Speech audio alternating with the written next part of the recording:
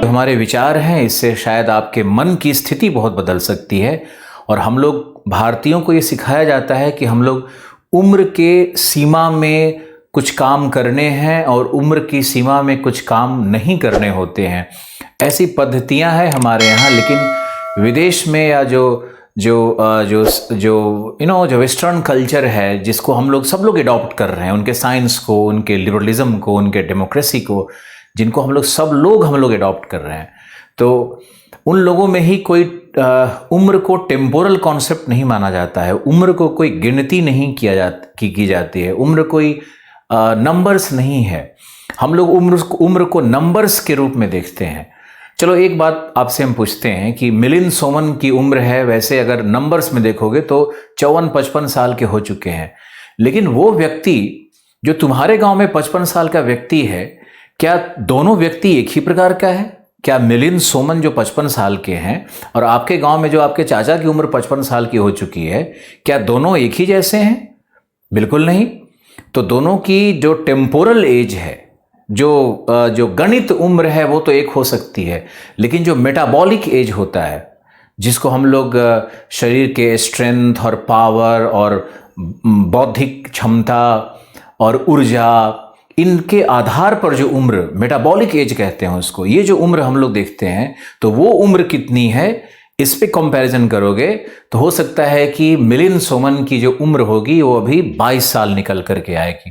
यानी व्यक्ति 55 साल में भी 22 साल का व्यक्ति होता है। उसमें ऊर्जा होनी चाहिए, ताकत होनी चाहिए, उसके मसल्स में स्ट्रेंथ होना चाहिए, उसका ब्रेन पावरफुल होना चाहिए।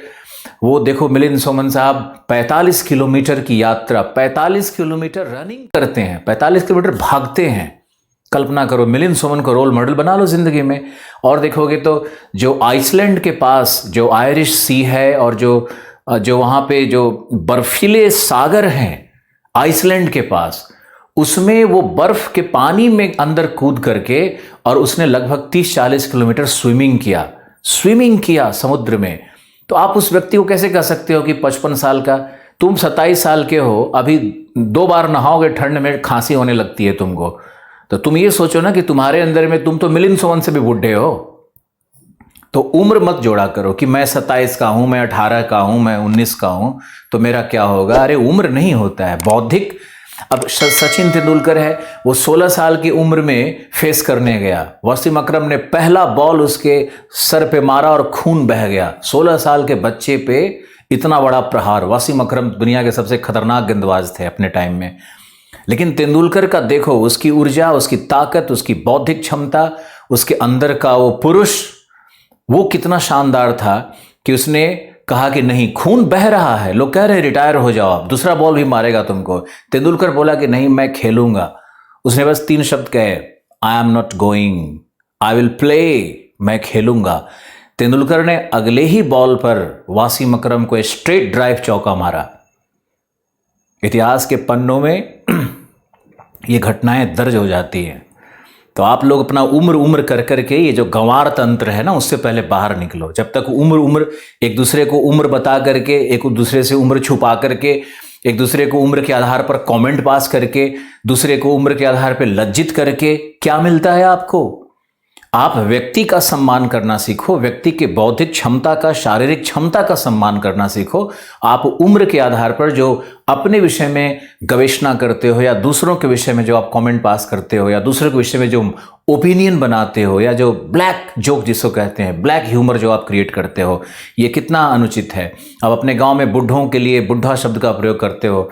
क्या शब्द है बुढ़ा? ये तो अपमानजनक शब्द नहीं है क्या? बुजुर्गों के लिए आप ऐसा शब्द का प्रयोग करते हो, या बुढ़ऊ जा रहा है, या फिर अबे तू अपने आप को बूढ़ी घोड़ी लाल लगाम। अरे भाई क्यों नहीं लाल लगाम? ऐसे महिलाओं को भी लज्जित किया जाता है समाज में कि जैसे उनके जीवन जीने का वही खत्म हो गया, आप जीवन आगे जी ही न पाए। उम्र किसी की हो गई 30 साल, किसी की हो गई 35 साल, जा तेरा अब क्या होगा, तू तो खत्म हो गया। ये जो हमारा भारतीय समाज है ना, ये बस अपना छोड़ करके दूसरों के पीछे पड़ा रहता है। और तुम अगर समझदार हो, इंटेलिजेंट हो, अगर मेरे स्टूडेंट हो, अगर कहीं भी हमसे थोड़ा भी प्रेम या सम्मान है मेरे लिए, तो सबसे पहले ये उम्र से बाहर निकल जाओ और ना अपने उम्र के विषय में सोचो, अपने कार्य के विषय में सोचो, अपने कार्य क्षमता के विषय में सोचो, अपने मानसिक ऊर्जा के विषय में सोचो, अपनी बौद्धिक क्षमता की पराकाष्ठा कैसे मिलेगी उसके विषय में सोचो। न कि आप ये सोचते रहो कि हमारी उम्र तो अब इतनी हो गई है, मैं तो वयोवृद्ध हो गया, अब मैं इस कार्य के लायक नहीं हूं, अब मेरा क्या हो गया, जीवन का अंतिम काल आने वाला है।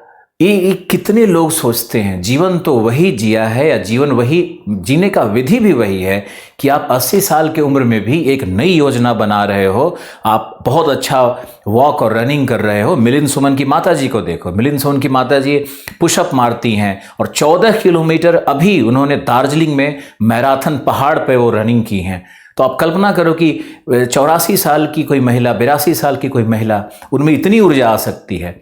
हमने अपने घर में देखा है, हमारी माताजी 65 साल की उम्र में, 64 साल की उम्र में ही, क्या कहें, 60 साल की उम्र से वो ढेर हो चुकी हैं और आराम, मतलब कमर में दर्द है तो सर में दर्द है, बहुत सारी समस्याओं से ग्रसित हो जाती हैं महिलाएं। हमने अपने फुआ लोग को भी देखा, हमने अपने बहुत सारे महिलाओं जो परिवार में होते हैं सबको देखा, और वो सब धीरे धीरे डिप्रेशन की शिकार हो रही हैं।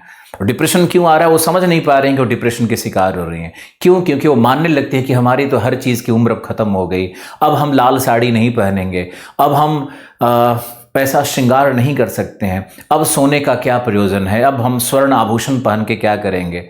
अरे जिस उम्र में जैसे भी हो, उस समय का एक अलग श्रृंगार होता है और उस समय की अलग खूबसूरती होती है, उसका अलग एक ग्रेस होता है। आप हेमा मालिनी को देखोगे तो हेमा मालिनी ने क्या लिखा है, ग्रेइंग ग्रेसफुली। बुजुर्ग तो हो रहे हैं, उम्र तो सबकी बढ़नी है, वो तो तय है, लेकिन हम उसके साथ ग्रेसफुली कैसे ग्रो कर रहे हैं, ये बहुत इंपॉर्टेंट है।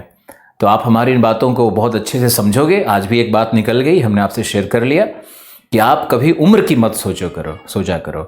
आप उम्र के साथ और एनर्जी और ताकत और बौद्धिक क्षमता और ज्ञान और दूसरों के प्रति अच्छा विचार सत्कार, ये कैसे आएगा, इस पे काम करते रहो। और एक दूसरे पे छीटा कसी और कमेंट करके हंसना और हे और मूर्ख की तरह, बेहुदे की तरह रोड पे चलना, ये सब भी आपको बंद करना है। और हमने देखा है कि हमारे अच्छी बातों का भी वीडियो जाता है तो उस पर 2-4 लोग कड़वा कमेंट लिख करके भेजते रहते हैं, लेकिन उससे क्या फ़र्क पड़ता है। इस तरह के लोग तो, कड़वे लोग तो प्रकृति उनको जन्म देती है, वो जन्म लिए थे तब भी मुँह कड़वा ही होगा, मरेंगे तब भी ऐसे ही करके जाएंगे। उनकी तो आदत है दुनिया में हर व्यक्ति के विषय में बुरा बोलना। आपके लिए भी, आपको भी जीवन में ऐसे बहुत लोग मिलेंगे, और जितनी सफलता आप प्राप्त करोगे उतने ऐसे लोगों की संख्या बढ़ती भी चली जाएगी। चाणक्य ने कहा है कि जब व्यक्ति शक्तिशाली बनता है तो उसके आलोचकों में भगदड़ मच जाती है और चारों तरफ आलोचक सर फन उठा लेते हैं।